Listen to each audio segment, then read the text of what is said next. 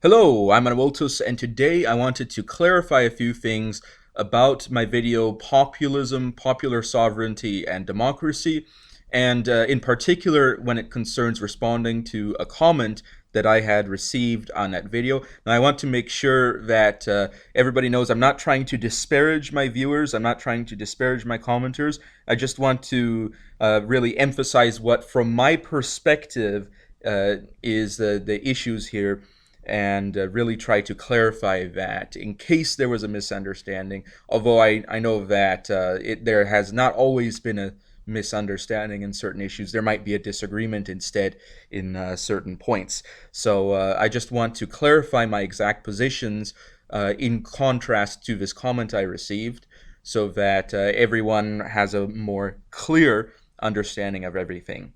Now, I'm not going to name the commenter because I don't want to put anyone on the spot. Now, if this person is interested in being named in the future, then you can tell me that, and I'll name you in the future.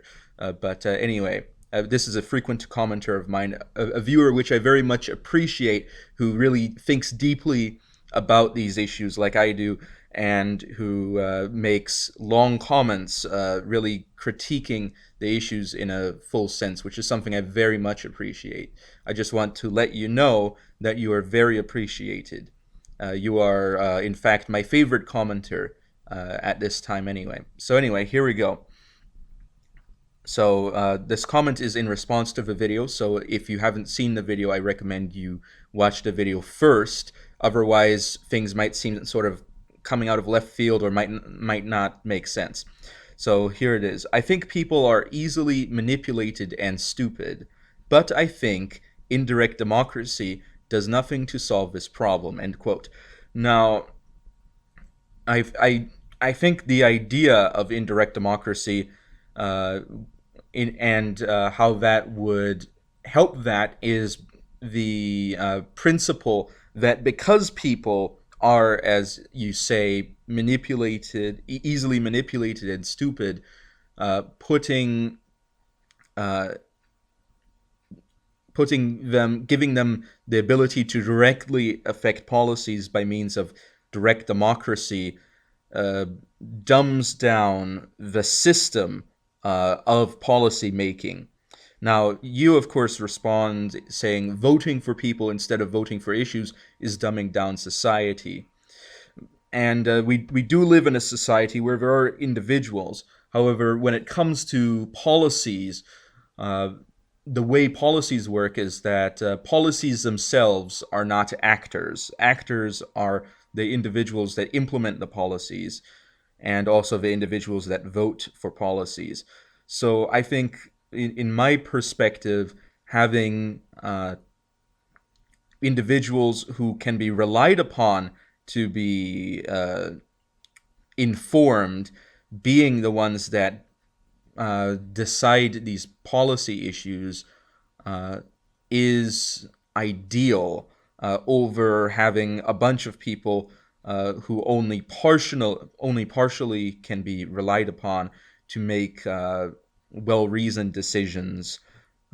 I think that bringing those individuals into the policy making process, from my perspective, dumbs down the policy making, even though from a different perspective, it might increase the intellect when it concerns the public awareness of a policy making. I do believe that in that situation, in a situation of direct democracy, the policy making in itself is dumbed down to some degree.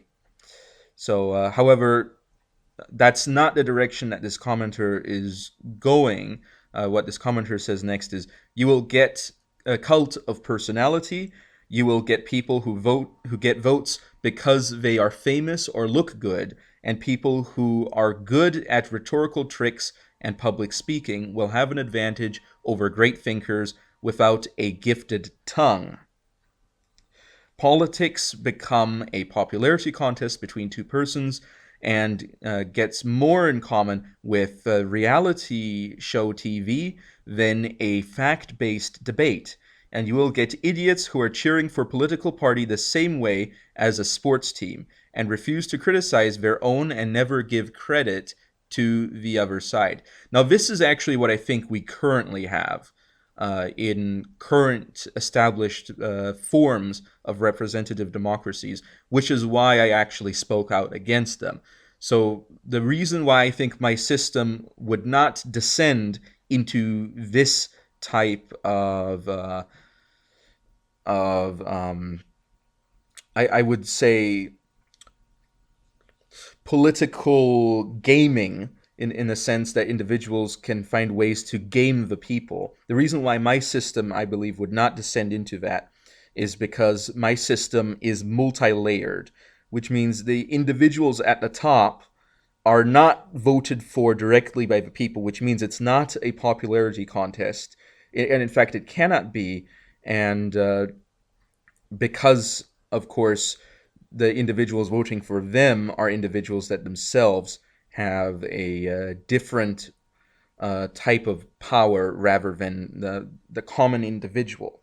So what that means is that from my perspective, since there's several layers of separation, instead of simply one layer of separation from policymaking, you don't end up having individuals who could make popular appeals make it into the presidency. So in other words, my system, from a philosophical perspective, is partially designed so that individuals like Donald Trump would not be able to make it to the top, because you wouldn't be able to give out a popular appeal because the individuals at the top are not elected by the people, but instead are elected by individuals who are elected by individuals who, etc., until you reach the people. Now, of course, you might say, well, doesn't this remove the policymaking from the people too far? And that's why social and economic policies are actually at the very local level, at which point I also think that ideas of cults of personality are less likely to win than they are in larger systems. And the reason for that is because on a local level, it's easier to actually get to know these people. So these are people in your own town, and the people who are your fellow voters are people you know as well. So it makes it more difficult for them to essentially game the system as much as you could, and it wouldn't really be as big as a reality TV show. And the reason, and another important facet is because of this, because the people themselves do not have to be appealed to in order to reach higher offices. It really takes a lot of money out of politics when it concerns at least the campaigning. And of course, there would be anti-corruption laws as well, which would take other monies out of politics as well, which would actually boost the economy because all that money would be spent in different ways. And of course, I also will say that my system is not mutually exclusive with certain types of direct democracy as well, because as I mentioned, that these decisions are decided locally, social and economic issues, and they don't necessarily have to be decided by the mayor. They can be decided by local referendums. So it's not as if my system is completely mutually exclusive with certain forms of direct democracy. But I just wanted to make that clear, at least as to my perception of why I think that the system I propose will not descend into this type of popularity contest. Because on the local level, these are individuals that are known, and on the higher levels, these are individuals that are not popularly voted for, which means it can't enter into a popularity contest. And everywhere in between, these individuals are voted by fellow peers who are also politicians who have an interest in maintaining their own power and therefore not sacrificing power to higher levels, and who also have been elected by the local government, which is trusted by the people. So I say that my system establishes essentially a chain of reliability in this pyramid of power. That reliability is achieved by having several interpersonal relationships rather than uh, a large non-personal relationship that would exist in a direct democracy or in a single layer representative democracy. So I think that's why my system would not descend into what my dear commenter is proposing it might descend into. But I might be wrong. Of course, the system hasn't been tried, so it could do it anyway. Although, from a perspective of reason, I don't really see how it is likely to. So it is not something that that is cognizant to me exactly how it could, because it's specifically designed not to do that. Uh, but anyway, moving on. This is, by the way, a multi-paragraph comment. Direct democracy will not perhaps solve this problem. I don't know, since it is an untried system. But it will, however, create a less corrupt system, and the decision making will sit closer with the people, and probably therefore give public policy more public support and democratic legitimacy. What we see now in the world are democracies who have been brought up by rich people, and politicians no longer care to follow the will of the people. Politicians now serve special interest groups instead of serving their country and the citizens. They have committed treason both against their country and against democracy. Now, I want to emphasize that in the video, I specifically oppose the idea of democratic legitimacy and the idea of the will of the people being something that is relevant from a realist standpoint. In other words, what I mean when I say realism in a political sense is that there are certain decisions that are better than other decisions, regardless of what people's opinions are. And I think that it makes more sense to create a system wherein individuals will choose the better choice, the objectively better choice, rather than choose whatever the people want. So when it concerns democratic legitimacy and the will of the people, that's not something I'm really concerned about. Now, at the same time, I am also opposing a form of oligarchy, because my system is a bottom-up system where the bottom layer votes, and then a layer above that, which has been entrusted with the bottom layer, votes, and then above that and above that, going up to the top. So my system is not a top-down system where people would be able to buy in at the top. My system is one that establishes the path of what one could consider a political career, because I'm not against the idea of career politicians, because I think that, like in any other field, such as medicine or education, it's good to have experts that actually have experience and know what they're doing.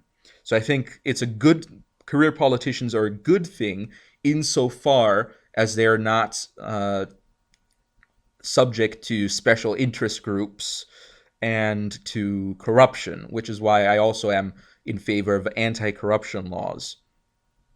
And also, my system would mean that there's less money in politics, which would, of course, necessarily mean that the potential for corruption is reduced significantly.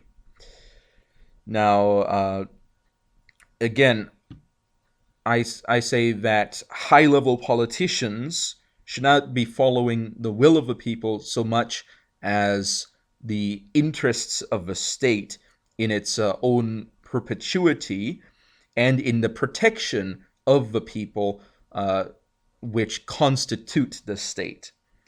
And of course, doing all of this in obedience to a constitutional system which can only be amended by, and this is the only place where referendum would occur for the top level, is with constitutional reform.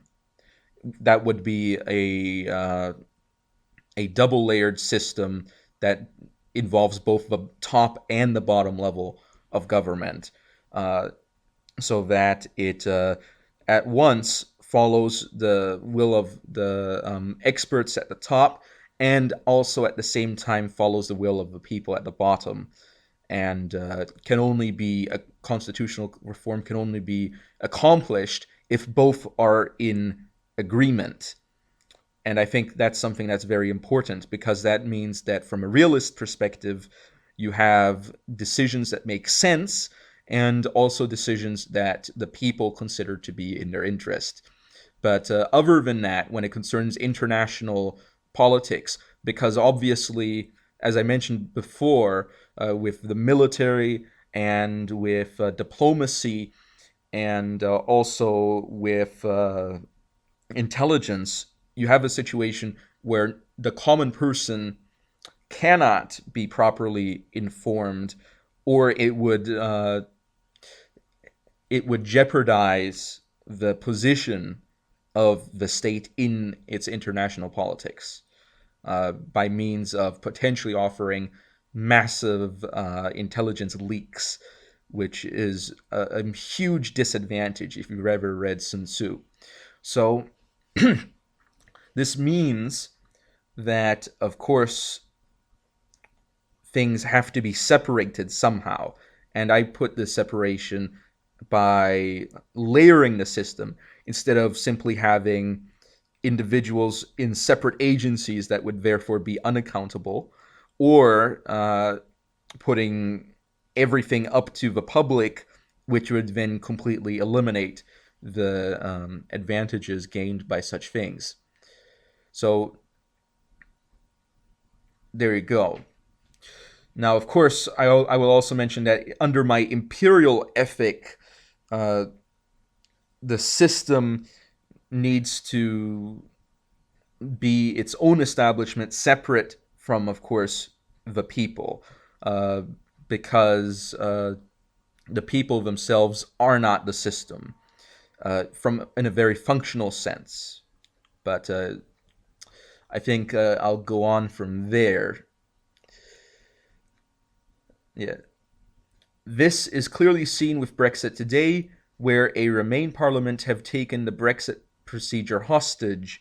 The majority of the people wants to leave the EU, including 60% of the Remain voters, and the country is also suffering economically by the Parliament treason. And I agree that the UK should leave the EU. It's, in my opinion, a very natural decision, and by its refusal to join the common currency, something that perhaps was inevitable.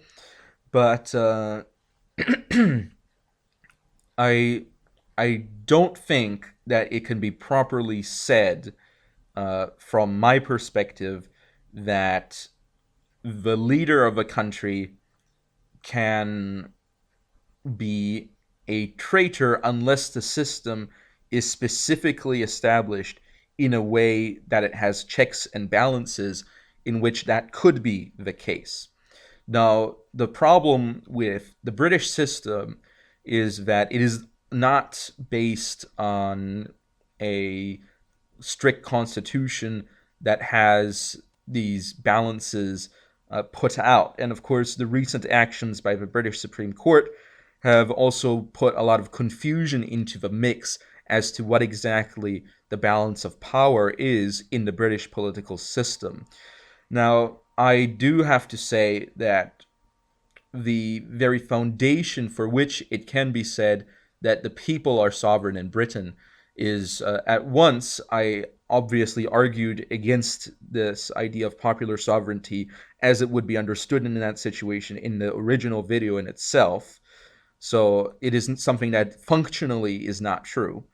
But from a philosophical perspective, I believe that King Charles I was unjustly tried and executed. I believe that it was a violation of his sovereign immunity, which is to say that the sovereign cannot be put on trial by his inferiors without his own permission. And because that system was not established, it is something that is therefore unjust. Now, you might say that there is a precedent in the British law because of that this is something that is true. However, you have to remember that the parliament themselves are elected by the people and are the actual policymakers, and therefore are technically also the ones that should theoretically bear out the will of the people. But then there's also a referendum, which is something that is, as far as I can understand, not something that is done historically in the UK, very frequently anyway, and something that has not a lot of common law involvement, which means there's no common law precedent for this exact situation, and there's also no constitutional law for this exact situation either, which means that from a legal perspective, Parliament can do what they want, unfortunately, but that's just how it is. At least when it concerns whether or not to follow the referendum. Now, of course, the Queen could step in and do something, but I'm not entirely sure what exactly could happen. But I hope that they succeed in leaving. But as it stands, Parliament is the authority. So if they choose to stay, even if the people voted to leave, that is something that they have the ethical prerogative to do. So this Achilles heel of indirect democracy could have been solved if Switzerland-style direct democratic referendum was held, and the politicians would be forced to bend to the will of the people, and the corrupt politicians would be effed in the ass instead of the people. Well, I think that is a recipe for chaos. I don't think that the will of the people is something that should be represented on a high political level because of the things I mentioned earlier. And as you say yourselves, the people are easily manipulated and stupid. And because of that, I think that giving them the power to decide things on a level in which they are not highly informed, or in which they cannot be highly informed, is reckless when it concerns the political science anyway. So I don't think that it is something that is advantageous. Now, the reason why it works in Switzerland is because Switzerland is a lot smaller than the UK. And that's why I say that these things can be worked in on a local level rather than on a higher level. But, and that's the argument people make, is people say, well, what about direct democracy? It's worked here or there. But what I will say is that those are all small countries that do this on a regular basis. This is not something that can be done in a large country. Or even if it is done, it is something that would fall under the problem of media manipulation, and cults of personality can arise where certain individuals argue for a certain point, and if they can persuade large numbers of people, they can simply get things done, even if there's other more level-headed politicians that might not be as outspoken, and that in an indirect system would have shut it down. So I don't think that direct democracy is workable, or at least as workable as my system, in a large country. And I believe that direct democracy, the larger the system becomes, the less workable it becomes. And that's why I propose a multi leveled system that can expand with the population if it needs to, rather than a rigid system in which as it expands, it becomes less efficient, or a direct system in which, as it expands, it also becomes less efficient. And as and so, my system is one that is based on interpersonal relationships, which I think is the solution in order to get politics to be something that is workable in the long term. Okay. Another example would be the unpopular Wall Street bailout of 2008, where Treasury Secretary Hank Paulson committed high treason by treating the country with martial law unless they gave I assume you meant threatening the country with martial law unless they gave $700 billion of taxpayer money to his other friends at Goldman Sachs without any strings attached. The left and the right could just have unified to hold a vote on this particular issue and crushed this evil, corrupt government policy which gave free money to criminal bankers who had committed fraud and stolen homes from millions of Americans. I do believe that these big bank bailouts are a bad thing, and that's why my system has the economics localized, so this is something that is unlikely to occur. And so that local governments can, by means of their communication, internal communication with the people, can actually deal with problems wherein big companies go in and abuse the people.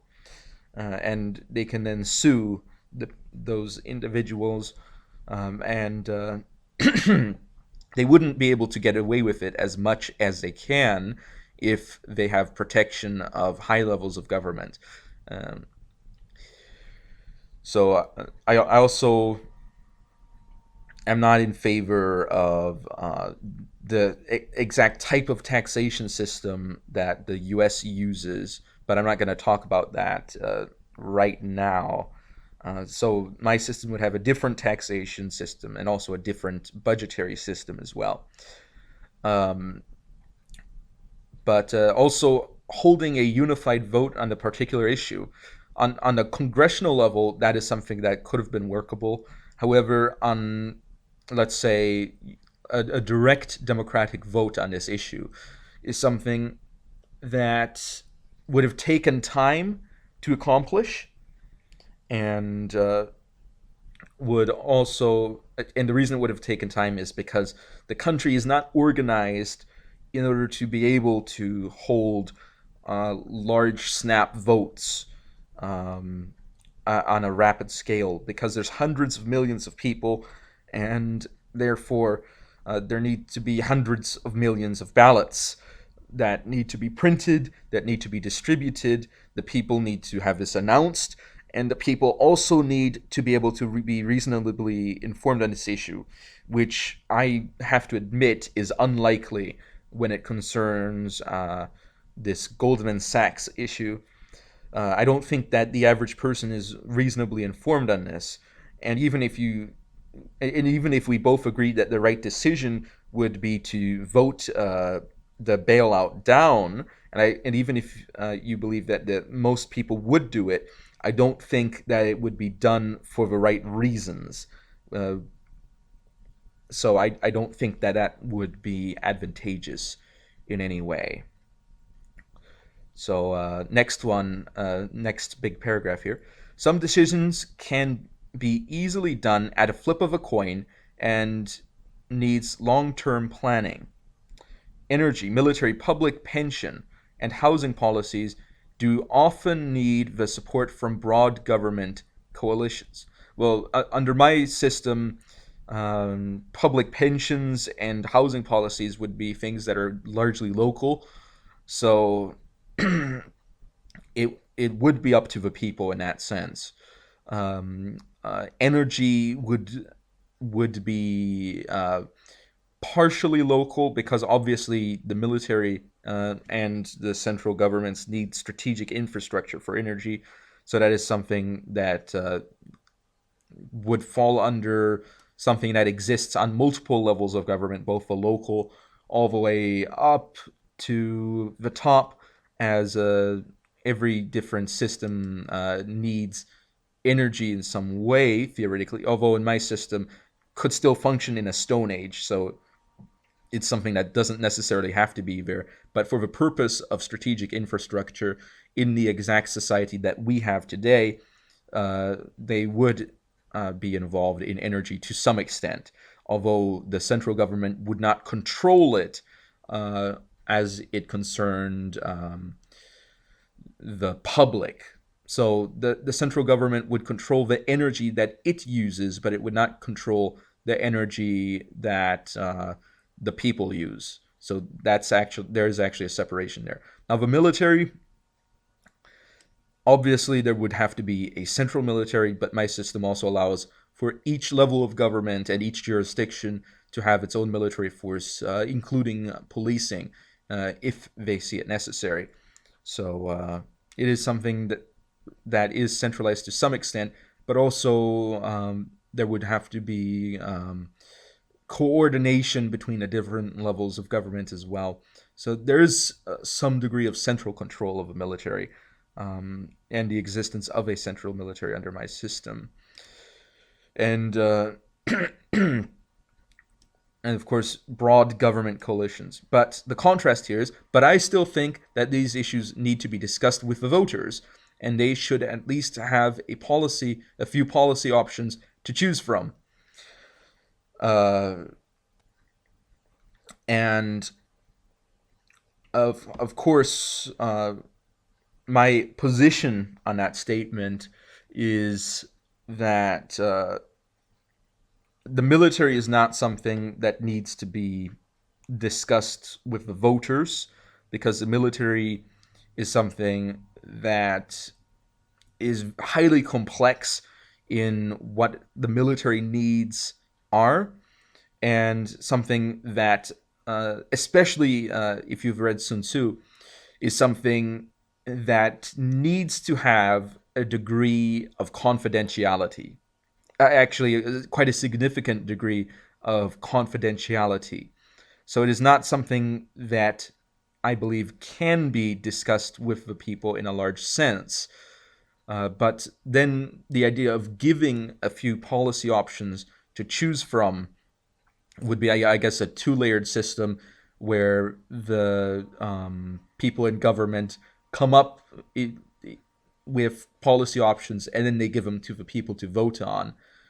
I don't think that leads necessarily to informed decision making, and so I don't think that would have any advantage over the representative, over a simple representative democracy, where the people who are actually voting are on these decisions are individuals who actually know what the impact of these decisions would be. So I don't think that has any particular advantage over the other system. So next statement. I see democracy as a good thing in itself. And this is probably the real philosophical and paradigm point where we disagree. I don't view democracy in itself as a good or as something that is just under my system of the imperial ethic. Democracy I see as a tool that can be advantageous in certain situations and can be disadvantageous in certain other situations, which is why my system is not fully democratic to the extent that a direct democracy or a typical representative democracy would be. However, my system is more democratic in the sense that it allows people to establish their own communities in a different way. Okay, next statement. And also from a religious perspective, I cannot see democracy as a good thing in itself from a religious perspective as well, but I'm not going to get into that. And I think we need to move away from this mentality of that we need to let some issues be decided by the experts. Well, I think that that is a natural course of how politics have become more complicated as time goes by. That we need a division of labor or expertise in order to make certain things workable. So, uh, as I said, that social and economic decisions can be localized because those are the things that individuals themselves, as social and economic actors, have expertise in. But political, or to be more exact, diplomatic and military issues should not be localized because the average individual is not someone who is uh, actualized in those fields. So I don't see that as something to be particularly useful. And as I said again, I see democracy as a tool which is advantageous in some situations and disadvantageous in others. And this would be one situation where I view it as disadvantageous. I view the idea of having career politicians and political experts as being something that is in fact beneficial to society, in that I think that individuals with experience and individuals with expertise, and individuals who are better informed should, in some ways, uh, be promoted in that aspect. Similarly, how such individuals exist in other fields, such as the medical field and in engineering and other things. So I think that that's something that is actually beneficial to society as a whole if it is if labor is divided in such a way. We did that to the field of economics since the 1980s, and the result have been slower economic growth in the Western world, higher unemployment, more economic crashes, more income inequality, less money to research, lower wages, and more indebted households. So obviously, have the so-called independent economic experts done a shitty job compared to the politicians who previously took care about all the economic policies before we had independent central banks, EU convergence pact rules, etc. So I do agree that a lot of people that call themselves experts are actually not experts and have and make dumb decisions. That's why my system is a bottom-up system rather than a top-down system, where it is based on mutual trust. So it's not as if someone who is far removed from the people gets elected and then appoints various economic experts that have gone to some socialist university and then make decisions that then ruin the economic system. That's not what would happen under my system.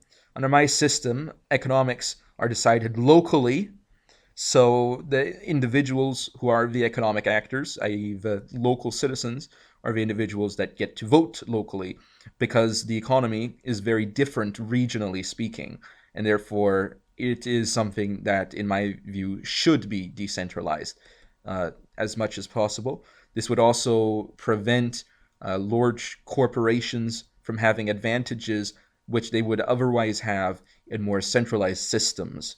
It also allows for local businesses to fight for their own ability to function and to remove encroachment by big corporations that might want to take over their turf, unless it is decided that they perhaps are in favor of doing that in their communities, in which case that would happen. However, my system allows for different economic systems to exist in tandem in different societies in the same country, which allows for competition to exist. And by having competition, it means that disadvantageous systems will obviously be disemphasized due to their lack of workability, and more workable systems will become more common. In other words, systems that do grow the economy, systems that do enrich the people in their communities, systems that increase the standard of living are systems that are more likely to occur under my system rather than having it centrally controlled, where you could get a good system that's great for everyone, but you could also get a system that's more mediocre or a system that's bad. My system allows for multiple systems to exist in the same system, and perhaps I'm using the word system in too many different senses. For maybe 5 different words to a meaning system in that little rant there. But yeah, I do believe that independent central banks are problematic, and EU convergence pact rules are also problematic. Uh, so I do agree on that point that economics is something that should not be centralized to experts high up above who do social engineering and economic engineering. I'm not in favor of social engineering projects. I am in favor of only centralizing things that are of uh, the absolute common concern, which is the defense of the people, um, and also the international relations. So I say to hell with the dictatorship of the experts. So I guess we're partly on the same side on that, depending on how you define varying things. People should rule instead, with the role of experts should more be to give an enlightened input to the public debate. And I think that's right when it concerns economics and social policies. Experts do have a voice to be heard, and I think that they might have relevant things to say. But I also believe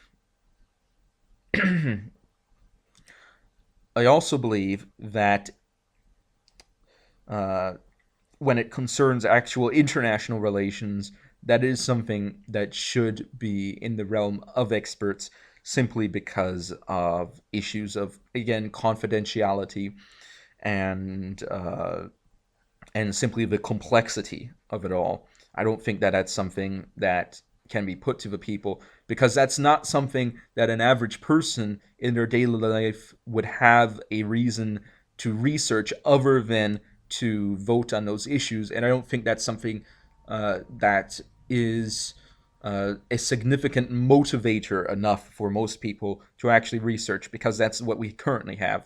And unfortunately, that doesn't work very well. And moral philosophers, foreign policy experts, economics, nuclear scientists can give their input on issues in their particular field. And I think that's right. People should, as people should be heard. I wouldn't force people to hear them. I'm not in favor of that, but they should be heard on their expertise. And as I said, social and economic policies fully decentralized, military and diplomacy things that are centralized. That's my exact viewpoint on that. So anyway, tell me what you think. I'm sorry, for some reason I still have problems with my throat. Maybe I've got pneumonia or bronchitis or something. I don't know. Not many symptoms, just get the coughs a bit. So anyway, thank you all for watching, and tell me what you thought in the comments section below. And I will be seeing you all next time. Anawiltus over and out.